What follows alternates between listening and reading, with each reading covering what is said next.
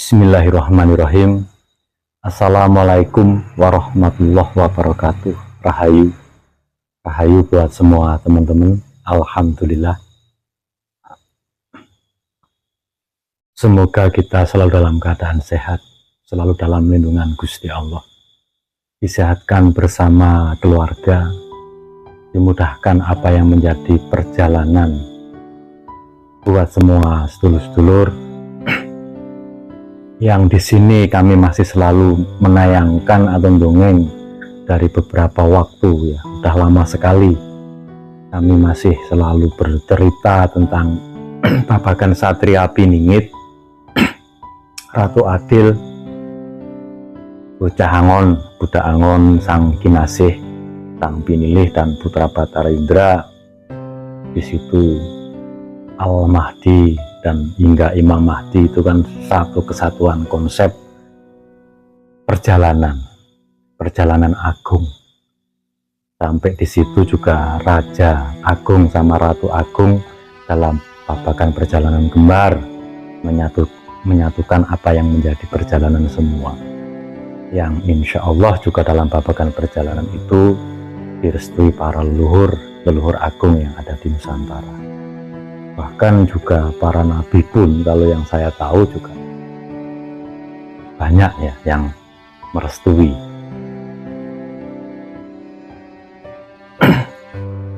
Alhamdulillah, di sini saya sedikit mau bicara atau mengevaluasi atau mengkaji. Kalau kita mengkaji itu kan mengulang apa yang menjadi babagan perjalanan.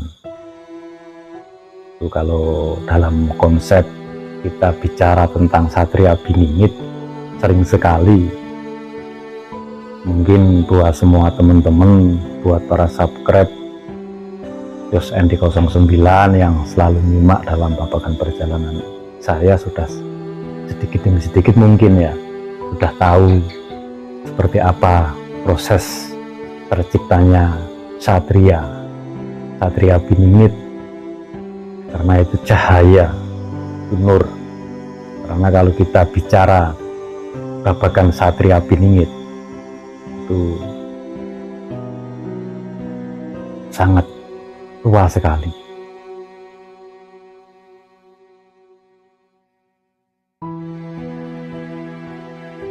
Karena usianya itu, kalau kita bicara Satria Piningit, karena itu nur ya, cahaya dari malaikat Jibril, malaikat yang membawa wahyu, pemegang wahyu. Jadi di episode kali ini kami tidak membahas itu, karena kalau kita bicara Satria Piningit itu luas dan banyak sekali para satria di situ yang masih terpingit saat ini.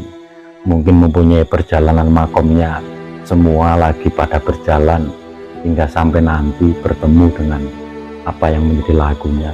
Itu juga saat ini masih terpingit apa yang menjadi lelakunya. Karena dibangkitkan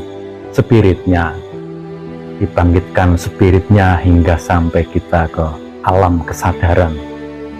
Di situ yang selalu bekti sama bumi Ibu Pertiwi, menjunjung tinggi apa yang menjadi tanah leluhur bangsa Nusantara.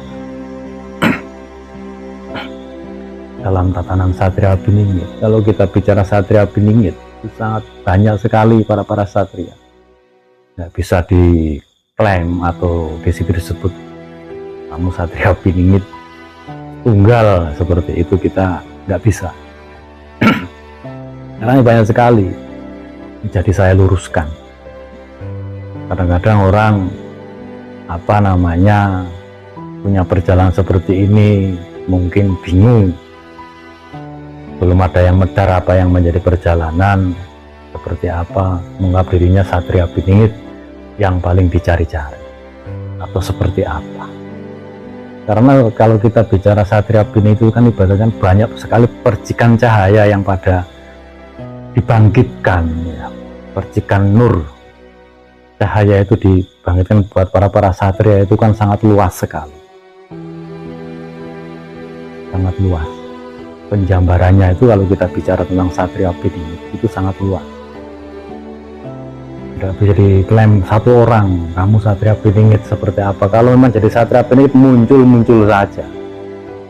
Satria Piningit sakti, mandraguna, bisa untuk mengatasi keruwetan dalam babakan saat ini, mengatasi keruwetan umat ya. Bukan hanya ilmu atau apa, masalah apa saat ini, ruwetnya apa, babakan ekonomi, finansial, babakan harta,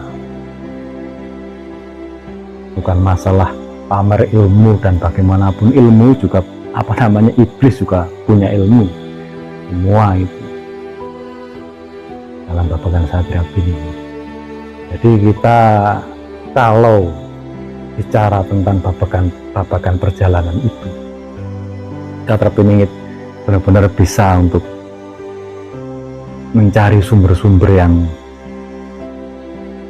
tahu tatanan perjalanannya. Karena kalau dari artikel apapun itu, ramalan memang semuanya itu banyak benarnya, tapi kan harus dijabarkan lagi, banyak sanepo atau siloka dalam ramalan-ramalan tentang babakan Budak Angon, atau di situ semua para raja yang mengasih kabar tentang urusan Satria Piningit atau Ratu Adil.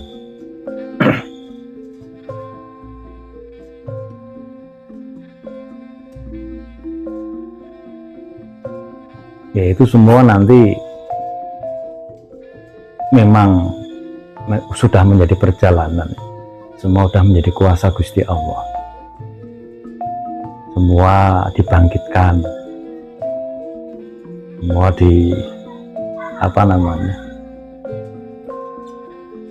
spiritnya suruh mencari jati diri, apa yang menjadi perjalanan makomnya. Kalau dalam babakan Putra Batara Indra itu juga disitu kan Ismaya Rasa. Nah, Ismaya Rasa itu juga bisa disebut juga Raja Mas Agung, hubungannya sama para Pandawa.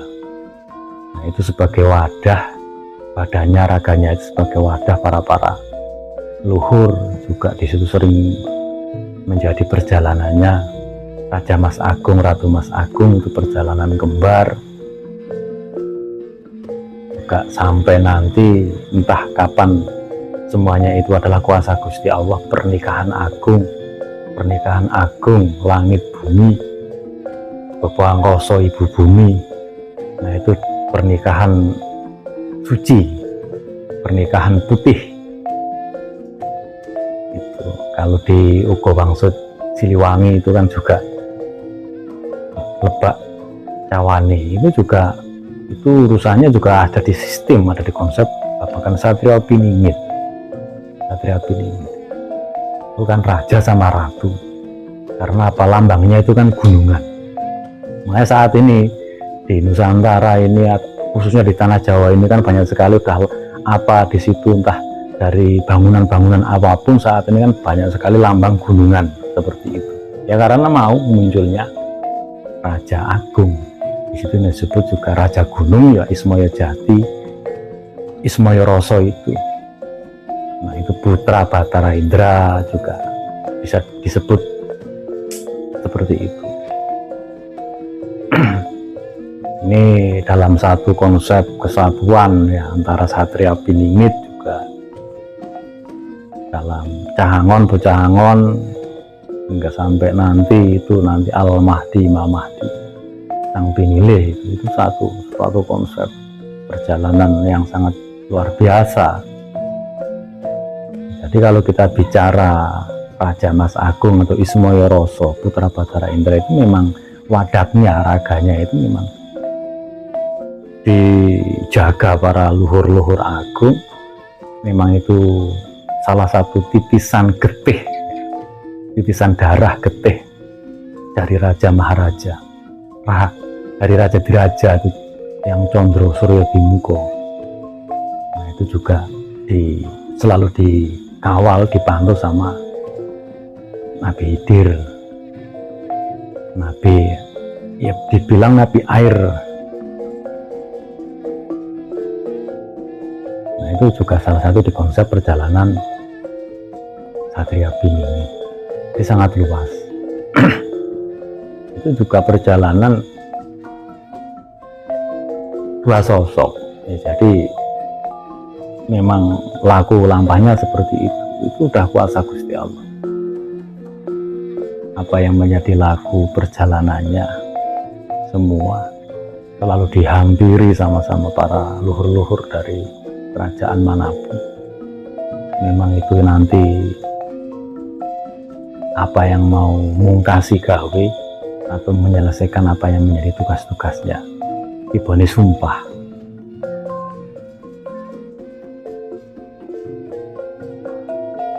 Tidak situ ini maaf terus berjalan saling mencari lagi itu memang sudah dipertemukan, sudah berjalan. Tinggal kalau yang saya lihat, kalau yang saya amati ya tinggal pernikahan agung itu,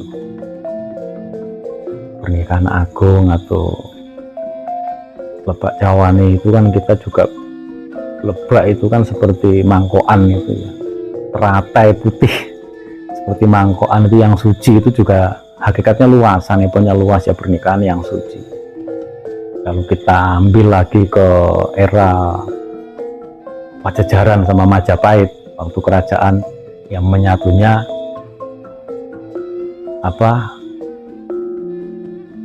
cintanya Dewi Dyah Pitaloka sama Prabu Hanyawuruk, waktu itu Nusantara yang belum bersatu. Tapi kan saat ini memang perjalanan itu ada gitu loh, hingga saat ini insya Allah benar-benar bersatu dengan lambang Garuda IKN, Ibu Kota Nusantara. Itu juga kalau kita bicara Nusantara itu sudah dari lama, dari jauh-jauh kerajaan dulu sampai saat ini alhamdulillah kita masih bisa untuk melihat terciptanya Nusantara benar-benar bersatu ya, dari kesalahpahaman semuanya. Yaitu nanti ya Raja Mas Agung, Ratu Mas Agung, semuanya yang punya laku perjalanan. Ya mungkin cukup ini. Saya ibaratnya ini juga sebenarnya sudah sering saya sampaikan ya di kontak atau babakan perjalanan kami di YouTube ini. Tapi ini mengkaji lagi. Yang paling utama buat semua teman-teman selalu sehat, selalu semangat, dan selalu istiqomah. Yang paling penting kita minta sama Gusti Allah agar semua dimudahkan apa yang menjadi laku lampah perjalanan kita, urusan kita semua di alam bumi ini, hingga sampai tujuan babakan satu wingguning letopo. Perjalanan itu sempurna untuk apa yang disebut merdeka.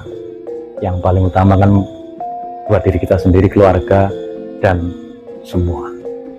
Amin. Assalamualaikum warahmatullahi wabarakatuh. Salam Rahayu.